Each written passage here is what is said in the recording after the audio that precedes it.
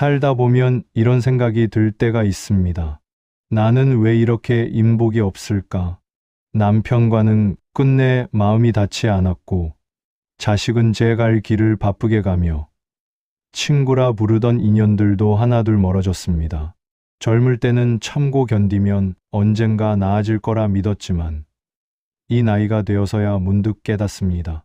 기다리던 그 언젠가는 오지 않았다는 사실을 말입니다. 이럴 때 마음은 조용히 자신을 탓합니다.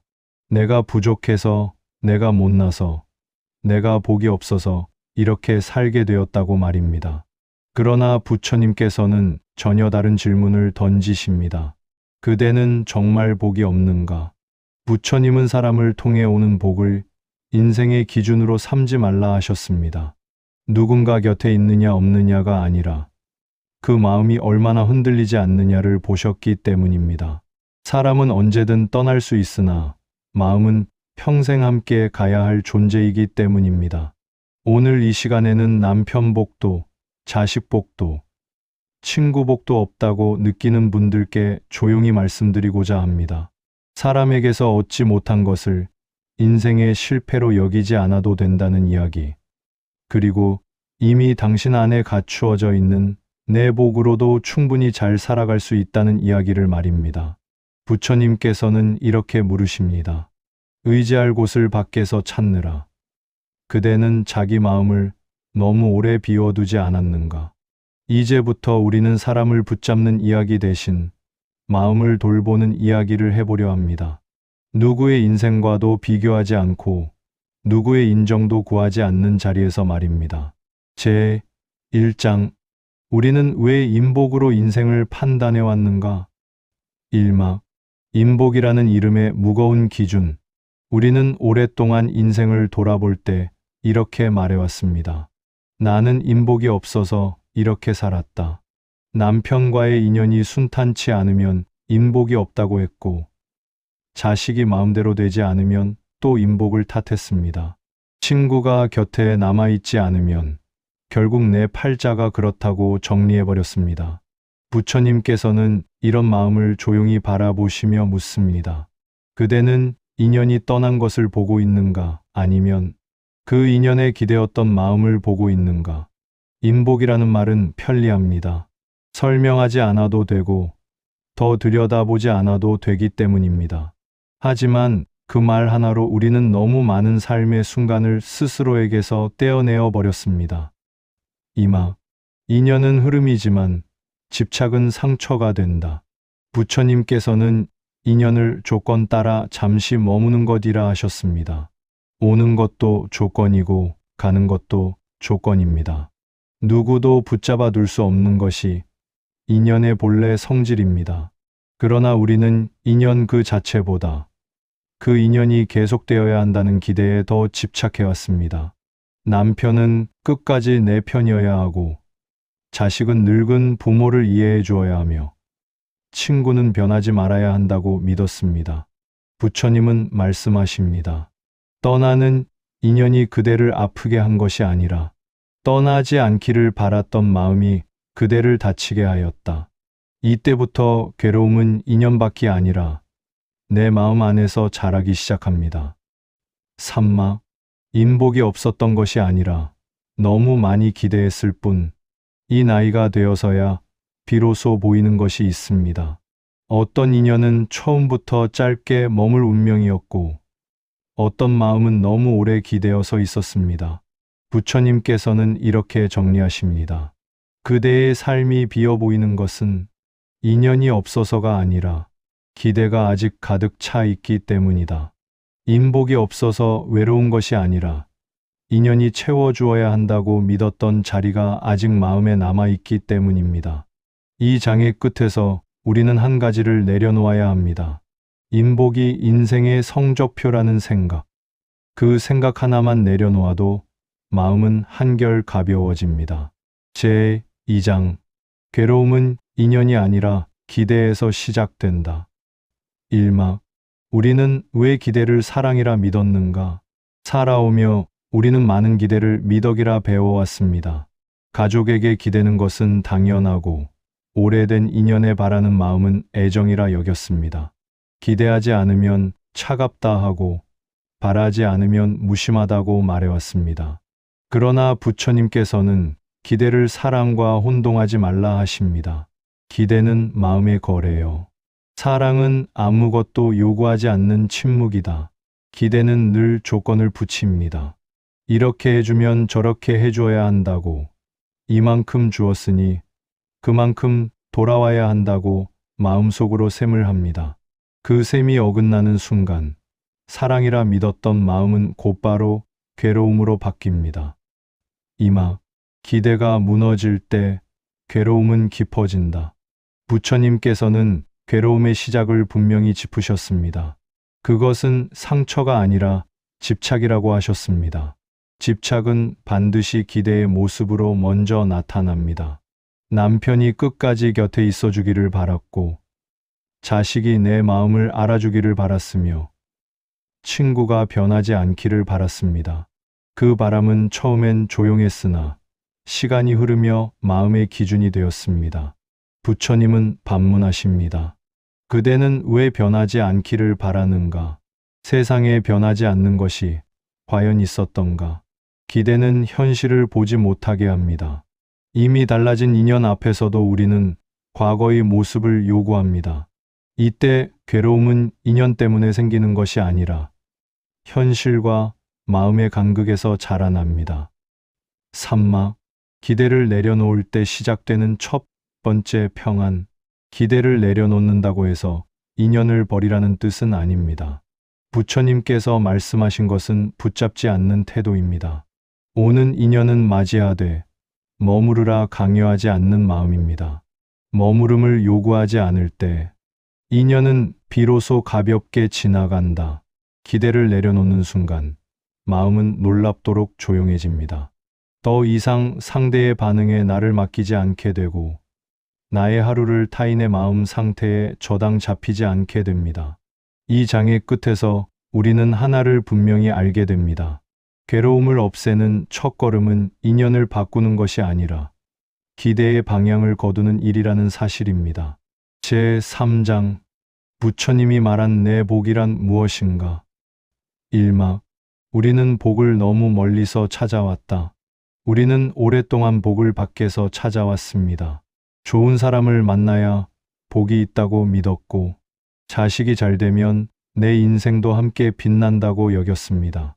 그래서 인연이 뜻대로 풀리지 않을 때마다 스스로에게 이렇게 말해왔습니다.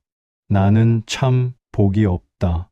그러나 부처님께서는 복을 그렇게 멀리 두지 않으셨습니다. 부처님은 조용히 말씀하십니다. 복은 누군가가 가져다 주는 것이 아니라 스스로 짓는 마음의 결과이다. 이 말씀은 잘 되면 감사하고 안 되면 원망하라는 뜻이 아닙니다. 어떤 인연이 오든 그 인연 앞에서 마음을 어떻게 쓰느냐, 이미 복이 되기도 업이 되기도 한다는 뜻입니다. 이 나이가 되어 돌아보면 알게 됩니다.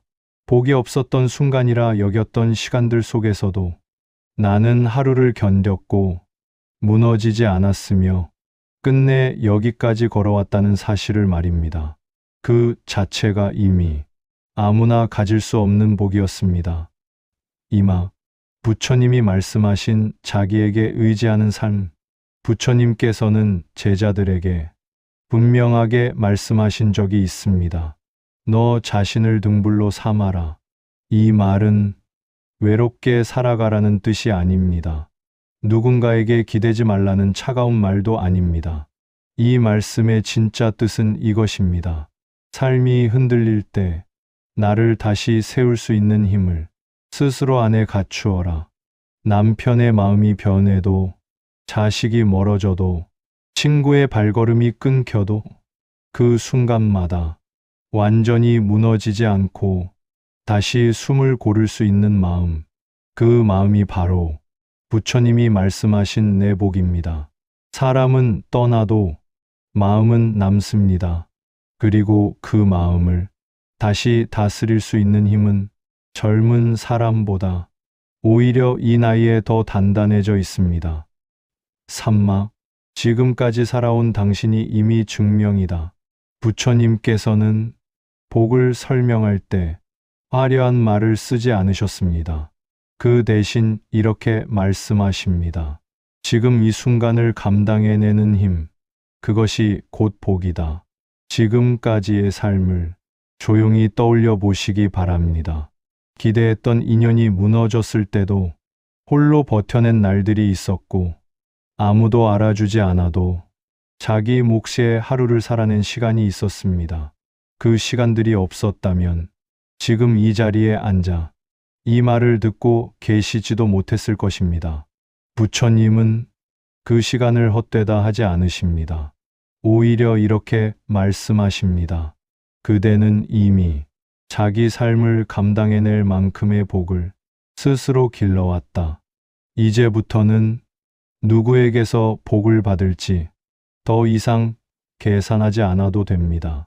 이미 충분히 자기 인생을 살아낼 힘을 가지고 있기 때문입니다.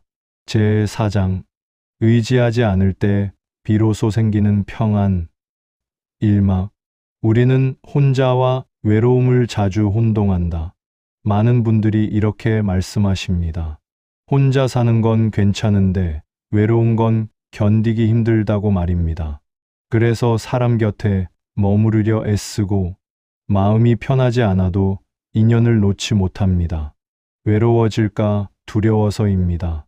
그러나 부처님께서는 혼자 있는 것과 외로움을 같은 것으로 보지 않으셨습니다. 부처님은 이렇게 물으십니다. 곁에 사람이 있을 때 그대의 마음은 과연 평안하였는가? 사람과 함께 있어도 마음이 늘 불안했다면 그것은 혼자가 아니라 의존 속에 있었던 것입니다. 외로움은 혼자라서 생기는 것이 아니라 마음을 기대어 둘 곳이 사람에게만 있다고 믿을 때 생깁니다.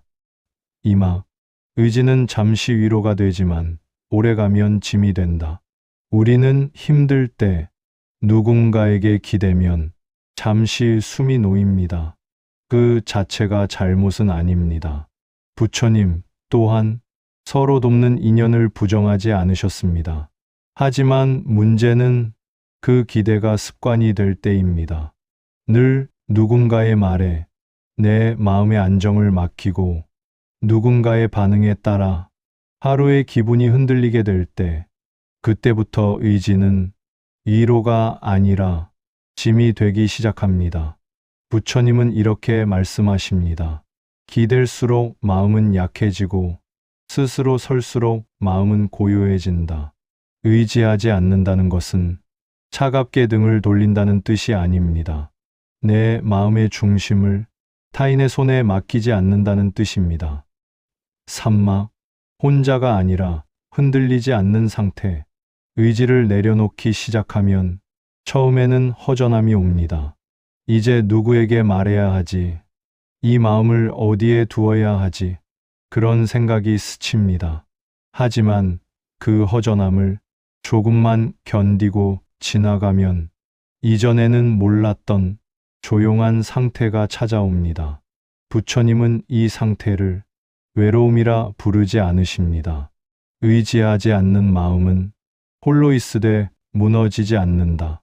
누군가 곁에 없어도 하루를 차분히 정리할 수 있고 인정받지 않아도 스스로를 함부로 대하지 않게 됩니다. 이때부터 혼자는 결핍이 아니라 자유에 가까운 상태가 됩니다. 부처님께서는 이 나이에 도달한 평안을 아주 귀하게 보셨을 것입니다. 사람이 없어서 괴로운 삶이 아니라 사람이 없어도 마음이 무너지지 않는 삶, 그것이 바로 의지하지 않음에서 오는 진짜 평안입니다. 제5장 늦은 나이에 시작되는 마음의 부유함. 1막 더 이상 증명하지 않아도 되는 나이. 젊은 시절 우리는 늘 무언가를 증명하며 살아왔습니다. 잘 살고 있다는 것, 뒤처지지 않았다는 것, 괜찮은 사람이라는 것을 말입니다. 그래서 인연 속에서도 인정받고 싶었고 필요한 사람이 되고 싶었으며 쓸모없어 보이지 않으려 애썼습니다. 그러나 이 나이가 되면 조금씩 달라집니다. 부처님께서는 인생의 이 시기를 덜 증명해도 되는 때로 보셨을 것입니다. 이미 겪을 것을 겪은 사람은 더 크게 말하지 않아도 된다. 이제는 누군가의 기대를 충족하지 않아도, 어디에 속해 있지 않아도 나라는 사람의 무게가 쉽게 흔들리지 않습니다. 그 깨달음이 마음의 첫 번째 부유함입니다. 이막 가지지 않아도 흔들리지 않는 마음. 부유함이라 하면 많은 것을 소유하는 삶을 떠올립니다. 그러나 부처님은 정반대로 말씀하십니다. 덜 바라게 될수록 마음은 더 넉넉해진다. 이 나이가 되면 이미 충분히 가져보았습니다. 기대도 가져봤고 상처도 가져봤으며 실망도 한 아름 안고 살아왔습니다. 그래서 이제는 조금 덜 가져도 마음이 무너지지 않습니다. 사람이 줄어들어도, 연락이 뜸해져도, 명절이 조용해져도 그 모든 것이 내 존재를 부정하지는 않습니다. 이것이 바로 젊은 시절에는 알 수 없었던 마음의 부유함입니다. 삼막, 고요함 속에서 드러나는 진짜 나. 사람이 줄어들면 고요가 찾아옵니다. 예전에는 두려웠던 그 고요가 이제는 다르게 느껴집니다. 부처님은 이 고요함을 비어있음이라 부르지 않으셨습니다. 고요 속에는 숨기지 않아도 되는 마음이 있다. 누군가에게 맞추지 않아도 되고, 설명하지 않아도 되며, 괜찮은 척하지 않아도 되는 상태. 그 안에서 비로소 진짜 내가 조용히 모습을 드러냅니다. 이 나이에 찾아온 고요는 외로움의 증거가 아니라 삶이 정리되기 시작했다는 신호입니다. 부처님께서는 이 시기의 마음을 아주 귀하게 여기셨을 것입니다. 그것은 세상이 주는 부가 아니라 삶이 남겨준 가장 단단한 부유함이기 때문입니다. 제6장 인복 없이도 조용히 잘 사는 법. 1막 더 이상 잘 보이려 애쓰지 않아도 되는 삶. 우리는 오랫동안 잘 살기 위해 애써왔습니다. 그리고 그 잘 산다는 기준에는 늘 사람이 있었습니다. 남에게 인정받는 삶, 외롭지 않아 보이는 삶, 누군가에게 필요한 사람이 되는 삶. 그러나 이 나이가 되면 그 기준이 서서히 무너집니다. 부처님께서는 이 지점을 실패라 부르지 않으십니다. 비교가 멈추는 곳에서 삶은 비로소 제 자리를 찾는다. 이제는 누군가에게 잘 보이지 않아도 됩니다. 연락이 뜸해져도, 초대받지 않아도, 설명하지 않아도 됩니다. 그 대신 하루를 마칠 때 내 마음을 함부로 대하지 않았다면 그것으로 충분합니다. 조용히 잘 산다는 것은 눈에 띄게 사는 것이 아니라 마음이 스스로를 버리지 않는 삶입니다. 이막 하루를 지키는 작은 수행. 부처님께서는 거창한 수행보다 하루의 태도를 중요하게 보셨습니다. 아침에 눈을 떴을 때 억지로 기대하지 않는 것. 저녁에 하루를 돌아보며 괜히 자신을 책망하지 않는 것. 이것이 이 나이에 어울리는 수행입니다. 그대를 가장 오래 괴롭힌 것은 타인이 아니라 그대 자신의 마음이었다. 이제는 남의 말보다 내 마음의 속도를 먼저 살피십시오. 피곤하면 쉬고 마음이 가라앉으면 괜히 끌어올리지 않아도 됩니다. 하루를 조금 덜 흔들리며 보내는 것, 그 자체가 이미 잘 사는 삶입니다. 삼막, 사람은 없어도 삶은 무너지지 않는다. 마지막으로 부처님은 이렇게 말씀하실 것 같습니다. 인연은 지나가도 삶은 그대 안에 남아있다. 남편 복이 없어도, 자식 복이 기대와 달라도, 친구가 곁에 남지 않아도 당신의 삶이 틀린 방향으로 온 것은 아닙니다. 오히려 이 나이까지 스스로를 지키며 살아온 당신은 이미 충분히 단단합니다. 이제는 누군가의 존재로 내 인생을 증명하려 하지 마십시오. 아무도 없어도 하루를 차분히 살아낼 수 있다면 그것이 바로 부처님이 말씀하신 가장 조용하고 깊은 복입니다. 사람이 떠나도 삶은 계속됩니다. 그리고 그 삶을 어떻게 바라볼지는 이제 온전히 당신의 몫입니다. 오늘 이 말씀을 옳다, 그르다 판단하지 마시고 그저 마음 한쪽에 조용히 내려놓으시면 되겠습니다. 부처님께서는 인연이 머무는 시간보다 그 인연을 보내는 마음을 더 귀하게 여기셨습니다. 사람이 곁에 남아있지 않다고 해서 그 삶이 비어있는 것은 아닙니다. 지금 이 자리에서 자기 마음을 돌보고 있다면 그 자체로 이미 수행입니다. 혹여 오늘 말씀이 마음에 조금이라도 닿았다면 그 인연을 소중히 여겨 구독으로 함께 하시고, 이런 법문이 계속 이어지길 바라는 마음이 생기신다면 좋아요로 뜻을 남겨주셔도 좋겠습니다. 다음 시간에도 사람 이야기가 아니라 마음을 비추는 말씀으로 다시 인연을 맺겠습니다. 오늘 하루도 번뇌는 가볍게 내려놓으시고 마음은 한결 고요하시길 부처님 가르침으로 축원드립니다.